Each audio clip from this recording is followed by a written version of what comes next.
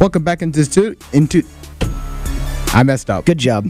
I messed up. I'm off my A game. I'm off my A game right now. Welcome back into the studio. Listen to the Extra Point here on WEGL 91.1 FM. More online at WEGLFM.com. Jared, I'm gonna have to replace you. You won't do it. You don't have the cojones to replace me. You went like full Cuban there. I'm scared now. Yeah, I'm you not better be. Nah, you don't mess with me now. Oh man. If you want to call in and talk some sports, or if you heard our Georgia Tech story, got a plushie from Georgia Tech. It's the mascot. I want help naming him. You can call in at 334-844-9345. That's 334-844-9345. Just name it Buzz. I'm not going to name it Buzz. I don't want to name it the mascot. We went over this. You can name it Stinger. You know, I'm glad we're arguing right now because we're going to be arguing a lot in the next 15 minutes. You can name it Stinger. No. Stinger's a great name. It's a tough name. No. It gives you back some of the manly quality. No. That's not there, but, you know. No. Hey, don't throw stuff at me. I'm glad it picked up on the mic. I just did that moon pie at you. All right. Colts, Patriots. Colts, Patriots. Let's get into that. Mardi Gras actually here. I got hit in the head with a moon pie. Colts, Patriots. You ready? Sure. All right. Are you gonna play like dramatic music? Or no, I'm not gonna go dramatic. Okay, good. I do have a dramatic music, but I won't go there. Okay, good. All right, so Brooks, we don't hide our affiliations with teams that are close to our heart. No. You've recently got over. I've taken my jacket off twice on the show to reveal Patriots gear. So this is where the interesting part comes in. Brooks is a connoisseur of the Patriots. Very much so. And I am a Colts connoisseur. So, just got a little bit awkward. Last week has been a little bit awkward for both of us. I'm not awkward. I don't feel awkward. Okay. I'm fine. So Josh McDaniels he is the offensive coordinator for the New England Patriots. He agreed. I want to point out, he agreed to be the Colts coach. He did not sign a contract. He just agreed on principle to become the new head coach of the Indianapolis Colts. See. Because he couldn't sign the contract because the Patriots are still in the playoffs. Okay? That's the rule the NFL has. So, Patriots get to Super Bowl, and they lose to the Eagles. And it's assumed that within the next couple of days, Josh McDaniels becomes the head coach of the Indianapolis Colts. That's usually how it just goes. Okay? Once again, he did not sign the contract. So, the Colts, so everybody knows this. The Colts are tweeting it out. They're getting the press conference ready. They even say, we have a press conference. We're going to introduce Josh McDaniels as our coach. It's all looking good. Okay? Then it comes out the day before the press conference. Josh McDaniels backs out. He's like, I don't want to do this. Not that the Colts would have been a bad fit, but I'm going to stay in New England because I think that's where I'm at. I think that's better for my family. I think it's better for my future. I'm going to back out.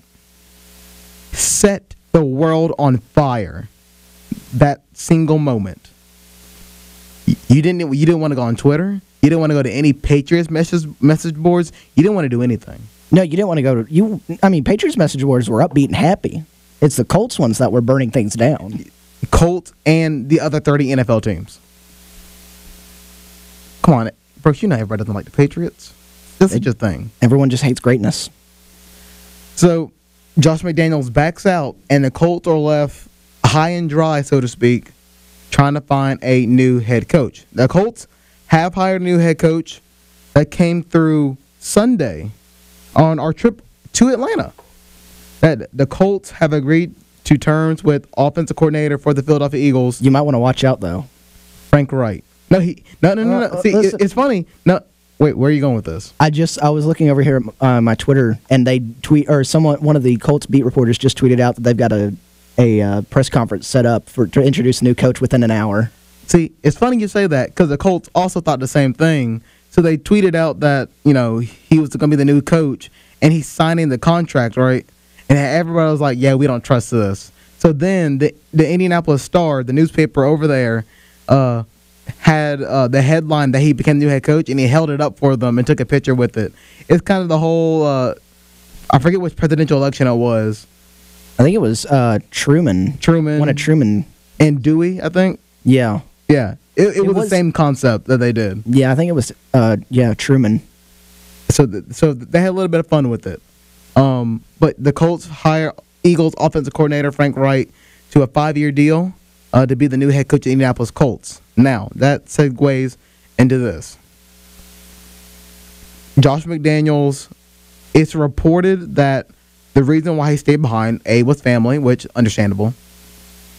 I mean, that's a big decision, is to uproot your family from somewhere he's been for a few years and move them to a whole new city. I mean, that's all coaches have to go through that, but it's still a big decision. The big one was, it seems as though that Bill Belichick is going to open up the Holy Bible, so to speak, for Josh McDaniels and teach his young Padawan the ways. Okay? I like that reference. See, I don't even watch it, and I knew what was going on. It just upsets me a little bit that you use a Star Wars reference and you don't watch Star Wars. Wait, it's not Star Trek? Jared, you can do the rest of the show by yourself. But he's opening up this guide to being a great head coach to Josh McDaniels, which, if there's one head coach you want to learn under, it's Bill Belichick. It is. Nick Saban did it. And guess what Nick Saban's doing? Don't remind us. He's winning national championships. So it seems like the report is that when Josh McDaniels went to the stadium that same day, he decided to stay. He was going there to clean out his office. Right? He was gone. But Bill Belichick and Robert Kraft, don't forget Robert Kraft, changed his mind. Now, we're still waiting on when his new deal comes through, because it's assumed that he will get a new deal. But Josh McDaniels is still offensive coordinator for the Patriots. His agent, who ironically is also the agent for the Colts GM Chris Ballard, dropped Josh McDaniels, saying that the move he was making, backing out on the Colts, was just atrocious. That wasn't where he actually used, but it was bad, and it was a bad career move.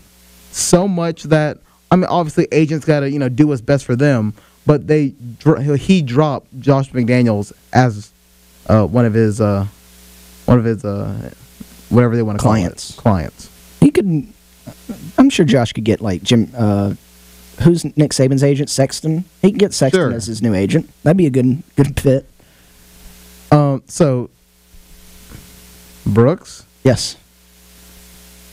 You want my thoughts? Was the outrage warranted? By who? Colts fans? Just in general. I mean, being a Patriot fan, I was not. I had accepted. I had accepted the move that, because Matt Patricia left, or like 2 days before he went to the Lions. He was introduced. He's gone. I had accepted that we were losing McDaniels too, and I'm like, okay, this is gonna be fine. We'll get someone new. And then when he comes back, I was really happy. But I think the outrage is justified, because you had an agreement. You thought, the fans said, this is our new guy. He's going to lead us. He's a great offensive coordinator. We're going to have Andrew Luck and a great offensive coordinator with us. It's going to be great. And then he backs out and comes back to the Patriots. I think the anger is justified. I don't blame anyone, for any Colts fans or anyone. Well, everyone else is just mad because it's the Patriots. I don't blame the Colts fans for being mad, because you had a new head coach and then he backed out of the deal. I don't hate Josh McDaniels. I wouldn't hate him even if he gave us two certain fingers up in the air.